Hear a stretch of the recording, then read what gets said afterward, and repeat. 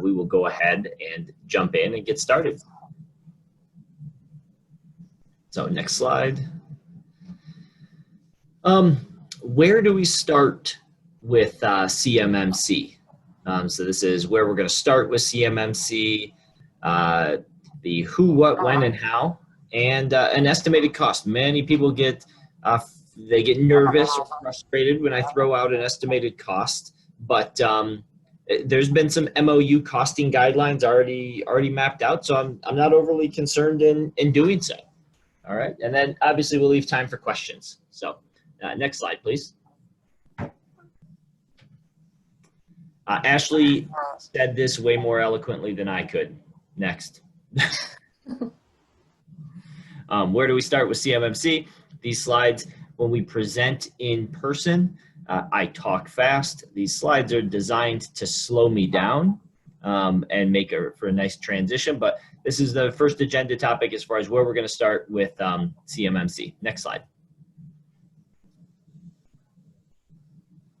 So this is still true, although we're getting closer, and Rhia, I'm going to ask you to ad-lib a little bit on this slide, but I'm still going to say no one not named Katie Arrington is a CMMC expert. They have not released their additional provisional auditors yet.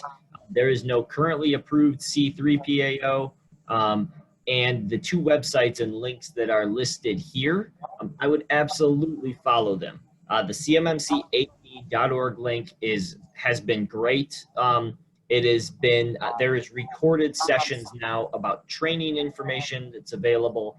I would absolutely listen to those recorded training sessions. They have done them on May 21st, May 22nd. They've been posting them new pretty much every day right around like 1 o'clock. So I would absolutely look into those.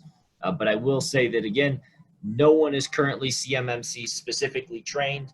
And there's no current CMMC certs that are out there. So we don't have any CMMC certs that are out there as of yet.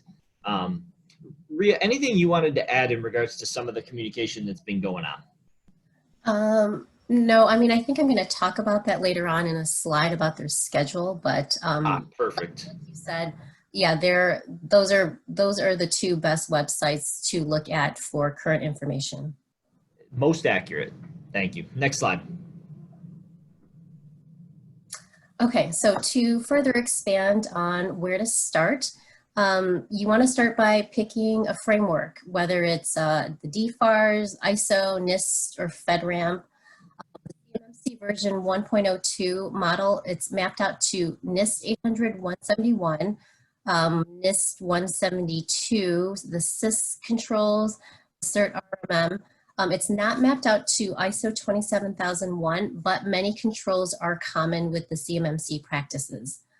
Also, listen to what your customers are asking for, because they're the key drivers for your business. For CMMC, I'd have to say that the NIST 800-171 guideline would be the optimal framework to help your organization position themselves to be able to cover over 80% of CMMC practices in the current version. Next slide, please. Next slide, please. Okay, so the who and the what.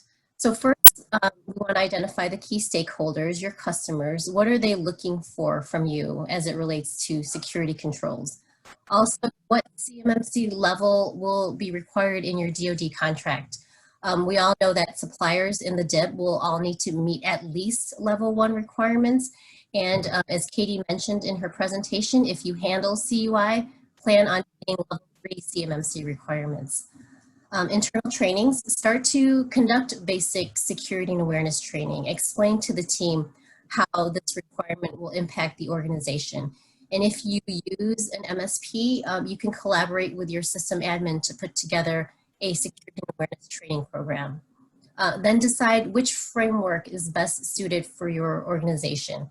CMMC references various cybersecurity controls and standards, so if you start with one of those frameworks, you'll already have some CMMC practices in place. It may seem like a lot, but tackling the non-technical basics is a really good starting point. Also, you want to understand your technical infrastructure. How old is your server? Can it still be patched? Hopefully everyone is running Windows 10 right now. If that's not the case, start there. And of course, what are your key stakeholders asking for? Compliance to any information security standard will only help your organization achieve that competitive edge. Next slide, please. All right. So this is the when and the how.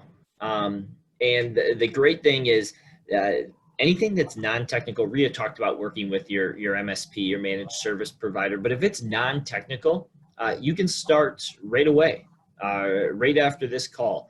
And you can take this presentation and the great information that the University of Michigan and DCAP program provides everybody, and that you can start to make your team aware. Sending them just the information and talking about this conference is a great start.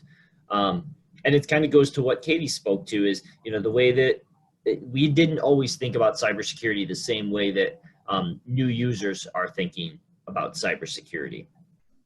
Customer expectations, work backwards from that contract date. If they say that you need to be CMMC level 1 by the end of the year, which is what they are starting to talk about, that there's going to be some initial contracts that have CMMC requirements, whether it's 1 or 5 by the end of the year, start working backwards from that date. There is, or there will be some free tools that can be used. Use those. Don't always jump to a support or a consultant that can provide this to you. Use the free stuff first, and again, use these recordings from U of M to send and talk to your team. Just talking to your team is starting. They are the first line of defense. And then looking at your contract requirements, find which one they want you to comply to. What is your contract saying? Is your contract saying you need ISO 27001? Is it saying you need CMMC? Is it saying that you need NIST or DFARS? I wish we were there in person. Someone could give me a lesson on government contract acronyms. Most of them are CMMC requirements or DFARS requirements. And as Katie talked about earlier on, if you're complying to DFARS and NIST 800-171, you're meeting already a lot of the requirements of CMMC level 2, level 3. Maybe there's about 20 deltas. So just to cover, just so you're already ahead of the game. When you're looking at putting policies in place and procedures in place, tell the team members, communicate those to the team. It's always tough because again, someone may not like a new password policy that locks them out of their computer or requires them to change a password or puts multi-factor authentication into place. But those are going to be new requirements. They're things for users to get used to, and they're things that are designed to safeguard the organization's assets. And then if you use an MSP, ask them how they can help. They're really successful security implementations. If you rely on an MSP, the really successful ones have a very good relationship with their MSP. Next slide. So this slide was part of Katie's presentation. It's an overview of the CMMC schedule. We've been following the CMMC initiative closely, and certain activities may need to be extended, but for the most part, CMMC is moving right along. We are nearly into June already, which I can't believe, but we recently have seen a lot of information released from the working groups on assessment training, details from the credentialing committee, and tomorrow there will be more information provided from the CMMC AB Standards Committee Chair. So many of these activities continue to be ongoing. Next slide, please. All right, next slide. This is getting started. And as Rhia said, I can't believe we're already, June is around the corner. It's going to be here before we know it. But, and this is always the slide that gets everyone nervous, cost for certification should be reasonable. They have costing guidelines in the MOU. I have not seen them. They may be out, but I don't know. These presentations can evolve.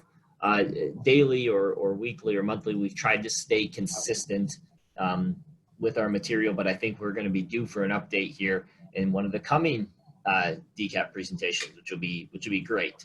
But we've heard certification should be under 10,000, and people have really pushed back and asked me, well, Tony, how are you going to say certification should be under 10,000? And I can say, if you have an organization that already has NIST 800-171 in place, you're only covering those deltas. You don't have to charge a company XYZ or exorbitant amounts of money to ensure that those deltas are covered. So you got to make sure that pricing and costing is reasonable. Some audit durations are set by a standard. So it's always, we have to keep that in mind. ISO 27006 guidelines set the audit durations for ISO 27001. So we don't know if there's going to be any duration guidelines associated with CMMC. There's going to be free online tools. So please keep an eye on that CMMC page. And then if you have a security program in place, you really only need to cover the deltas, build off of that existing infrastructure, that security infrastructure, whether it's DFARS, NIST, or ISO. Next slide. All right. Ashley, I think we're doing questions via chat. Any questions? I do not have any questions that have come in yet, Tony, so we will keep moving on, but please, if anyone has any questions for Tony or Rhia yet at this point, put them in the Q&A function. They're going to be presenting here after we take a quick break again, talking about some of the specific risks that they have seen in the companies that they've worked with, the small to medium-sized companies that they've worked with here. So we should have plenty of time at the end of their next presentation for any questions you have. So please plug in your questions if you have any for Tony and Rhia yet. Otherwise, we're going to take a quick 10-minute break, just to give everyone some time to stretch, grab some more coffee, and hang with us for a couple more hours here this afternoon. You'll definitely want to stay tuned after the break. We're going to start to talk about some of the resources available to you throughout the state to help you on your path to compliance and getting ready for CMMC. So really the boots on the ground resources. And I appreciate Tony and Rhia's presentation. That was great. We will see everyone back here at just about 10 o'clock to reconvene.